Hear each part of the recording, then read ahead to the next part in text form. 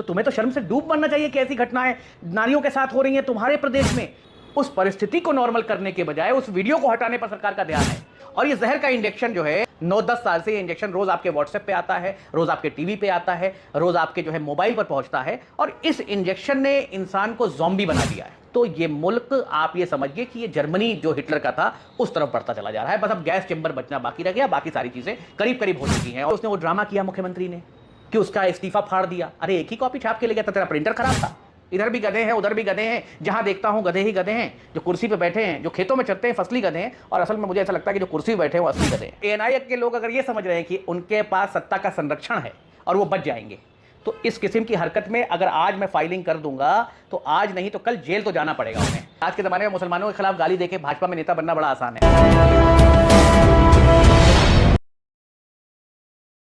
आपको याद होगा इस मुल्क में एक निर्भया कांड हुआ था, जिसके बाद दिल्ली की सड़कों पर लोग उतरे थे और लोगों ने सरकार को जगाने का काम किया, और सरकार ने भी फिर एक्शन लिया। एक पूरा कानून बन गया उस लड़की को जिसके साथ ये जघन्य अपराध हुआ था, उसे सिंगापुर तक भेजा गया इलाज के लिए। लेकिन अब भारत बदल गया है, ये नया भारत है जैसा कि कहते हैं। लेकिन नए भारत में क्या नारी सम्मान को इस तरीके से ठेस पहुंचाई जाएगी? वो सरकार जिसने ये नारा दिया था कि बहुत हुआ नारी पे वार, अब की बार मोदी सरकार।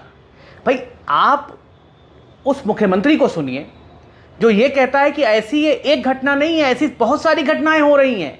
तो तुम्हें तो शर्म से डूब मरना चाहिए कि ऐसी घटनाएं नारियों के साथ हो रही हैं तुम्हारे प्रदेश में।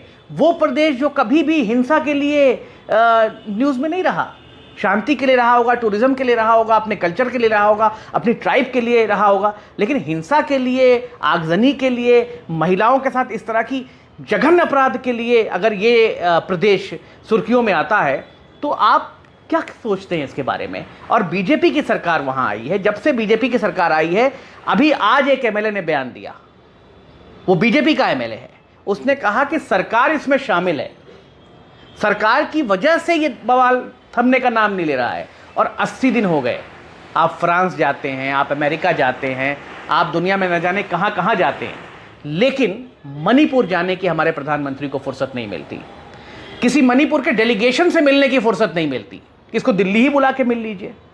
यहाँ तक कि उस पर बात भी वो तब करते हैं जब वीडियो वायरल हो जाता है, और उसके बाद एक सबसे शर्मनाक बात कि ट्विटर से कहते हैं वो वीडियो हटा दो। उस परिस्थिति को नॉर्मल करने के बजाय उस वीडियो को हटाने पर सरकार का ध्यान है।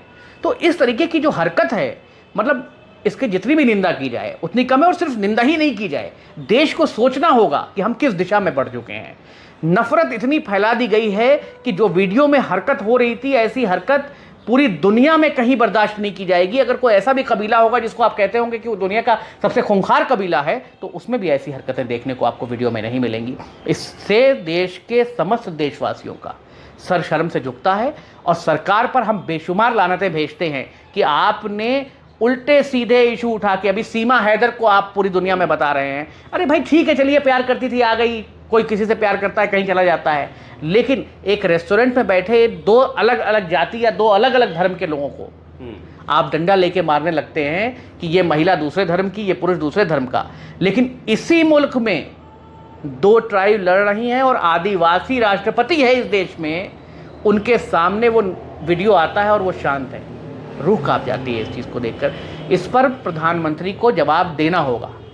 देखिए, जर्मनी में जब नाजीज का ज़माना था तो आप एक फ़ोटो बड़ी वायरल हुई उस ज़माने में, एक महिला दौड़ रही थी और उसको पीछे से लोग दौड़ा रहे थे, हिटलर के समर्थक, क्योंकि धीमे धीमे धीमे धीमे दिमाग में ये बैठाया जाता है कि फ़लाँ चीज़ जो है वो परेशानियों का हल है, अगर इसको मार दिया जाए तो ये हल है।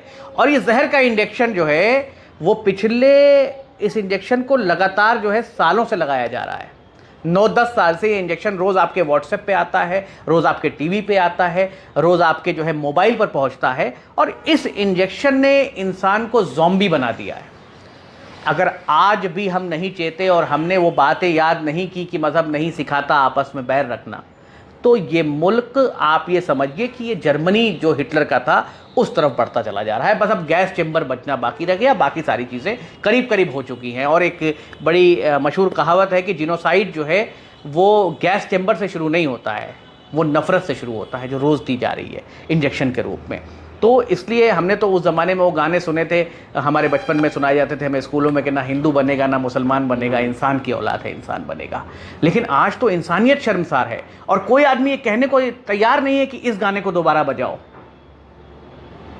तो मैं ये पूछना चाहता हूं सरकार से कि आप एक चुचपुंजिया से इलेक्शन के लिए इस लेवल तक गिरेंगे। और वो देखिए उसने वो ड्रामा किया मुख्यमंत्री ने कि उसका इस्तीफा फाड़ दिया। अरे एक ही कॉपी छाप के ले गया था, तेरा प्रिंटर खराब था, तुझे तो शर्म से चुल्लू भर पानी में डूब मरना चाहिए, तू इस्तीफा नहीं दे रहा है। इसको तत्काल सैक करना चाहिए। लेकिन सैक करे कौन? इधर भी गधे हैं उधर भी गधे हैं, जहां देखता हूं गधे ही गधे हैं। जो कुर्सी पे बैठे हैं, जो खेतों में चरते हैं, फसली गधे हैं। और असल में मुझे ऐसा लगता है कि जो कुर्सी पे बैठे हैं वो असली गधे हैं। देखिए मैंने VEH के अध्यक्ष होने के नाते से बहुत क्लियर किया था इस बात को कि अगर ANI अगली बार इस तरह की कोई भी हरकत करती है, क्योंकि ANI ने डिलीट किया ट्वीट और उसके बाद एक्सप्लेनेशन लाए, इस तरह की कोई भी हरकत करती है तो पूरे देश में मैं ANI के खिलाफ FIR करवाऊंगा।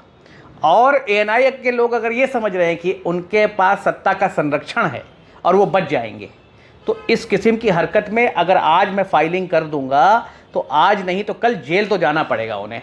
और उनको इस जघन्य अपराध के लिए, क्योंकि देखिए ये अपराध छोटा नहीं है, ये अपराध जो है कोई छोटी सी चोरी नहीं कर लिया आपने किसी की, आपने पूरे समाज को दूषित करने की कोशिश की है, तो ये बड़ा अपराध है। फांसी के पन्ने तक परस्यू करेंगे इन लोगों को। मेरा संगठन बड़ा छोटा सा संगठन है, यहाँ तो बड़ी बड़ी पार्टियों के मुखिया अभी तक मणिपुर नहीं जा पाए।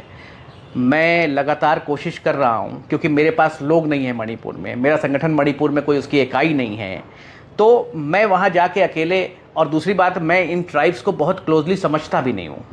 तो जहाँ तक ये चीज़ें हैं कि भाई मैंने अभी एक लेटर लिखा है, एक आध दिन में आपके सामने आएगा ट्विटर पे, राष्ट्रपति से इसमें हस्तक्षेप की मांग की है कि निलंबित किया जाए सरकार को। और अभी मैं जल्द ही 1-2 मीटिंगें मेरी हुई हैं, मेरे कुछ VEH के लोग हैं जो वहाँ क्रिश्चियन सोसाइटीज़ हैं जिनको चर्चेस चला दिए गए, उन लोगों के साथ संपर्क में हैं, बात कर रहे हैं, हम उनसे भी जल्द मीटिंग करेंगे। लेकिन हम तो सरकार से ही कह सकते हैं ना, ठीक है अगर आपको ये लगता है कि भाई सरकार निष्क्रिय है तो हमें लाइए, हमें कुर्सी पर बैठा दीजिए, ये दंगा कंट्रोल हो जाएगा। भाई प्रधानमंत्री ने आज क्या किया? वो खुद संसद नहीं जा रहे हैं, वो खुद मणिपुर नहीं जा रहे हैं। आज आम आदमी पार्टी के संजय सिंह को मणिपुर पर चर्चा के लिए जब उन्होंने कहा तो पीयूष गोयल जी खड़े हुए, उन्होंने कहा स्पीकर से इसको निलंबित कर दीजिए। स्पीकर साहब ने कहा जी सर, फौरन निलंबित। पूरे मानसून सत्र के लिए उनको निलंबित कर दिया गया। तो इस मुल्क में तो आवाज़ उठाना ही बड़ा मुश्किल काम है। हम लोग जैसे छोटे लोग लगातार लिख रहे हैं, लगातार बोल रहे हैं, लोगों को समझा रहे हैं कि भाई मज़हब नहीं सिखाता आपस में बैर रखना। तो ये जो हमारा काम है ये तो नैतिकता का काम है। लेकिन प्रधानमंत्री के पास तो आर्मी है, प्रधानमंत्री के पास तो BSF है, नेवी है, एयरफोर्स है, पुलिस है, आपकी खुद का मुख्यमंत्री है। आप किस दिन का इंतज़ार कर रहे हैं? देखिए राजस्थान में तो मैं खैर चुप नहीं हूँ, ये तो पूरी दुनिया जानती है कि नासिर जुनैद से लेके और अर्जुन मेघवाल तक की हत्या पर अगर कोई संगठन जम के लड़ा है तो उसमें एक VEH भी है। अब रही बात कि बंगाल में हिंसा हो गई या कहाँ हिंसा हो गई, अब एक छोटी सी घटना को एक पूरे समाज को दूषित करने वाली घटना का कंपैरेटिव नहीं बताया जा सकता, पहली बात। रही बात चुनावी हिंसा की, तो चुनावी हिंसा में एक सिविल सोसाइटी का व्यक्ति क्या कर पाएगा? वो कुछ नहीं कर सकता है, क्योंकि वहाँ तो BSF और आर्मी के हाथ में चीज़ें होती है। जब वो नहीं रोक पा रहे तो सिविल सोसाइटी कैसे रोक देगी? तो ऑब्वियस बात है जहाँ भी हिंसा है वो गलत है, उसको हम रोकने के लिए हम लोगों से आग्रह करेंगे और हमेशा आग्रह करेंगे। भाई हमारा रास्ता तो ये कि भाई जो गांधी का रास्ता है वही इस मुल्क को सही दिशा दे सकता है, ना कि वो रास्ता जो ये सुझा रहे हैं कि आप जो है नंगा परेड कराइए किसी को। तो इस तरह के रास्तों की तो भर्त्सना होनी चाहिए। इसे तो प्रशासन ही रोकता है अपने कार्यों से, लेकिन जब प्रशासन पंगु हो जाता है या एक तरफा हो जाता है तो लोगों को ऐसा लगता है कि हमें खुली छूट है। कल को अगर देश में सरकार बदल जाएगी तो ये सारे लोग जो आज अपने आप को बहुत बड़ा देशभक्त बता रहे हैं, कल को दूसरी पार्टी के लोग हो जाएंगे। तो कार्यकर्ता वही हैं, उनको जिस तरीके से लगता है कि सत्ता हासिल करने में आसानी होगी उस तरीके को अपना लेते हैं। जैसे एग्जाम्पल मैं आपको देता हूँ कि आज के ज़माने में मुसलमानों के खिलाफ गाली देके भाजपा में नेता बनना बड़ा आसान है। तो आप देखिए, ट्विटर खोलिए, फेसबुक खोलिए, कोई भी सोशल मीडिया खोलिए, बहुत सारे ऐसे लड़के हैं जो ट्राई कर रहे हैं। अगर आपने उनका विरोध किया तो VHP उनको उठा लेगी, फिर वो नेता बन जाएंगे। जैसे एक चुचपुंजिया, उसका याद होगा, वो एक कट्टा खरीद लिया उसने 150 रुपये का और शाहीन बाग पर जाके गोली चला दिया। और उसके बाद वो बड़ा नेता बन गया है, उसको बड़े बड़े मंचों में बुलाया जाता है, उसको सम्मानित किया जाता है। ऐसे ही एक टुचपुंजिया ने अखलाक को जो है घेर के मार दिया घर में एक ज़माने में, तो भाजपा का एक मंत्री महेश शर्मा, अब तो मंत्री नहीं है, पढ़ा लिखा आदमी है, वो गया, उसको माला पहनने लगा, जब वो मर गया तो उसको तिरंगे में लपेट के भेज दिया, तो शहीद है ये। तो इस किस्म की वैसे ही एक अभी हमारे यहाँ भी बड़ा मामला है ना कि भाई सेकुलरिज्म की कोई डेफिनेशन नहीं है। तो अभी एक राष्ट्रपति के उम्मीदवार बनाए थे कांग्रेस ने, आपको पता होगा, उनका बेटा जो था वो मॉब लिंचिंग के अपराध, वो भाजपा में मंत्री था, जयंत सिन्हा, तो मॉब लिंचिंग के अपराधियों को माला पहना रहा था। तो हमारे यहाँ भी सेकुलरिज्म की डेफिनेशन नहीं है, कांग्रेस के पास भी सेकुलरिज्म की डेफिनेशन नहीं है। अभी मैं आपको एग्जाम्पल देता हूँ कि बेंगलोर के अंदर, अरे कर्नाटक के अंदर स्पेसिफिकली, मैं जगह नहीं बोल सकता इस वक्त कहाँ, कोई आदमी जो है वो गोश्त की दुकान थी उसकी, मुसलमान की होटल था, उस पर राइट विंगर्स चले गए और वो बोलने लगे कि भाई क्यों हलाल बेच रहे हो, तुम्हें मारेंगे, हलाल गोश्त नहीं बेच सकते। तो अभी भी आप हिमाचल प्रदेश का एग्जाम्पल ले लीजिए, हिमाचल प्रदेश के अंदर किस किस्म की धमकी 30 दिन में निकल जाइए, 25 दिन में निकल जाइए। अगर सरकारें चाहे, मुख्यमंत्री चाहे और लीडरशिप चाहे तो कितनी देर लगती है इनको कंट्रोल करने में। लेकिन हमारे यहाँ भी सेकुलरिज्म की डेफिनेशन है, यूडीएफ सेकुलर नहीं है लेकिन शिवसेना सेकुलर हो गई।